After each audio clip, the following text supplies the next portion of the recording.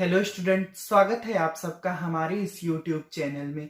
आज की हमारी इस वीडियो में हमारे सामने प्रस्तुत होगा कक्षा 12 के हिंदी का एक महत्वपूर्ण टॉपिक। आज के इस टॉपिक में हम बात करेंगे जयशंकर प्रसाद जी के जीवन परिचय एवं साहित्यिक परिचय के बारे में। परीक्षा में जीवन परिचय एवं साहित्यिक परिचय से संबंधित प्रश्न को पूछा जाता है और जिसके लिए 5 अंक निर्धारित हैं।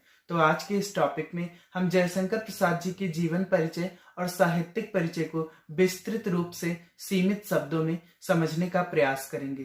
तो चलिए और अधिक समय नष्ट ना करते हुए हम जयशंकर प्रसाद जी के जीवन परिचय एवं साहित्यिक परिचय को प्रारंभ करते हैं।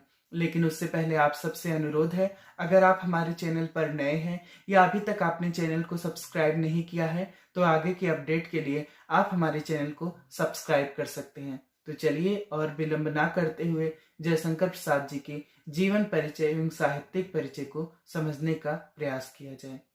प्रस्तुत पर और हम इस शब्द के द्वारा अपने जीवन परिचय को प्रारंभ करते हैं कि प्रसाद जी उदात्त सौंदर्य व प्रेम के कवि हैं, विलास व खुमारी के नहीं। उनकी प्रेम भावना में ऐसा उन्मेष हुआ जो मानवता के आदि पुरुष मन का भी पथ प्रदर्शन कर सका। जीवन परिचय लिखने से पूर्व आपको इन शब्दों को अच्छे से लिखना है, क्योंकि इन शब्दों को लिखने से आपका जीवन परिचय एवं साहित्यिक परिचय और भी आकर्षक लगेगा और एग्जामिनर आपको फुल मार्क्स देगा। तो चलिए, इतना लिखने के बाद हम जीवन परिचय को प्रारंभ करते हैं। फिर आपसे कहते हैं कि इस सेंटेंस को लिखना आप बिल्कुल भी मत भूलिएगा। जीवन परिचय प्रारंभ किया जाए और देखिए, इंटरमीडिएट बेस पर साहित्यिक परिचय पूछा जाता है और हाई स्कूल स्तर तक जीवन परिचय पूछा जाता है। लेकिन साहित्यिक परिचय लिखते वक्त हमें जीवन परिचय संक्षिप्त रूप में लिखना अवश्य होता है, क्योंकि जीवन परिचय के बिना साहित्यिक परिचय अधूरा माना जाता है। इसलिए आप किसी भी लेखक का साहित्यिक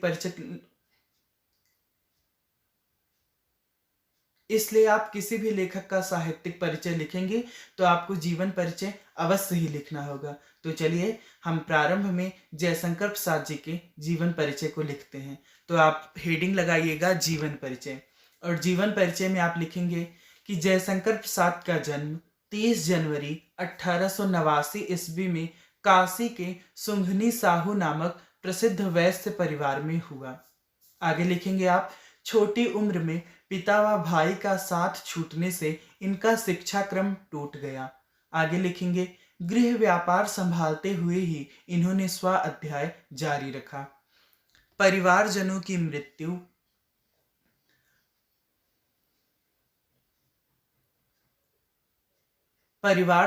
मृत्यु, अर्थ संकट, पत्नी वियोग आदि संघर्षों को अत्यंत जीवट से झेलता हुआ यह अलौकिक प्रतिभा संपन्न युग सृष्टा साहित्यकार हिंदी के मंदिर में अपूर्व गंध में रचना सुमन अर्पित करता रहा।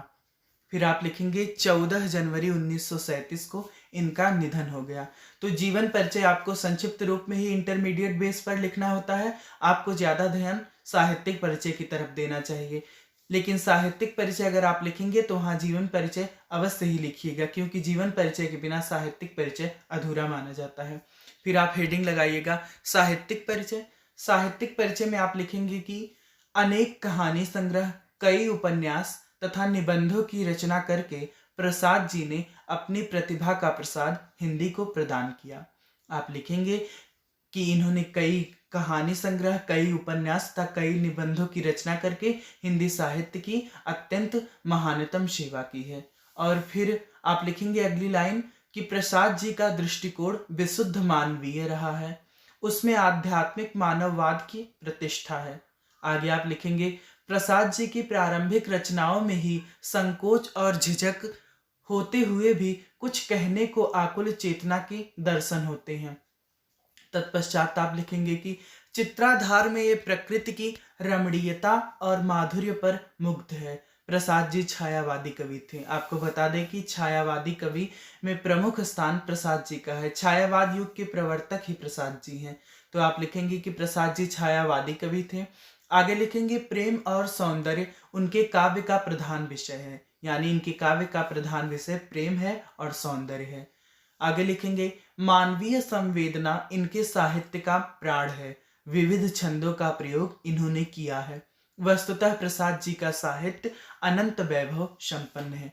तो इतने शब्दों में आपका साहित्यिक परिचय पूरा होता है। यहाँ हम सीमित दायरे में ही प्रसाद जी के साहित्यिक परिचय और जीवन परिचय को बताने का प्रयास कर रहे हैं, तो इसलिए आप इसमें से देख लीजिएगा, हमने इतने ही शब्दों में जीवन परिचय भी बताया है और साहित्यिक परिचय भी। तत्पश्चात अत्यंत महत्वपूर्ण है कृतियां, क्योंकि परीक्षा में यही लिखा जाता है कि संबंधित लेखक का साहित्यिक परिचय देते हुए उनकी कृतियों को स्पष्ट कीजिए। तो बिल्कुल आप कृतियां लिखना मत भूलिएगा, क्योंकि कृतियां लिखने से ही साहित्यिक परिचय आपका पूर्ण माना जाएगा। तो कृतियां अर्थात रचनाएं, तो इनमें हम लिखेंगे कि इनकी प्रमुख रचनाएं अर्थात जयशंकर प्रसाद जी की प्रमुख रचनाएं कामायनी है। याद रखिए, कामायनी जयशंकर प्रसाद जी का महाकाव्य है। आगे आंसू है, लहर है, झरना है, चित्राधार है, कानन कुसुम, प्रेम पथिक आदि। मतलब इतनी रचनाओं को आप स्पष्ट कर दीजिएगा। इनके उपन्यास भी इन्होंने 2 लिखे हैं, 2.5 उपन्यास इन्होंने लिखा है, लेकिन इनका जो 2.5 उपन्यास जिसे कहा जाता है इरावती, वह अपूर्ण हो गया था, क्योंकि उसे लिखते समय आधा यह लिख चुके थे और इनकी मृत्यु हो गई थी। इनके दोनों और उपन्यास कंकाल और तितली हैं, तो उसे भी आप चाहें तो स्पष्ट कर सकते हैं। बाकी हमने प्रमुख रचनाओं जैसे कामायनी, आंसू, लहर, झरना, चित्राधार, कानन कुसुम, प्रेम पथिक आदि को स्पष्ट कर दिया है। तो इतने शब्दों में हमने प्रसाद जी के साहित्यिक परिचय और जीवन परिचय को स्पष्ट किया है। अगर आपको कुछ ना समझ में आया हो, कुछ भी दिक्कत है, तो आप कमेंट सेक्शन में पूछ सकते हैं। इतने समय तक हमारे साथ जुड़े रहने के लिए आप सभी लोगों का बहुत बहुत धन्यवाद। लेकिन जाने से पहले आप सबसे अनुरोध, अगर आप हमारे चैनल पर नए हैं या अभी तक आपने चैनल को सब्सक्राइब नहीं किया है, तो आगे की अपडेट के लिए आप हमारे चैनल को सब्सक्राइब कर सकते हैं। धन्यवाद।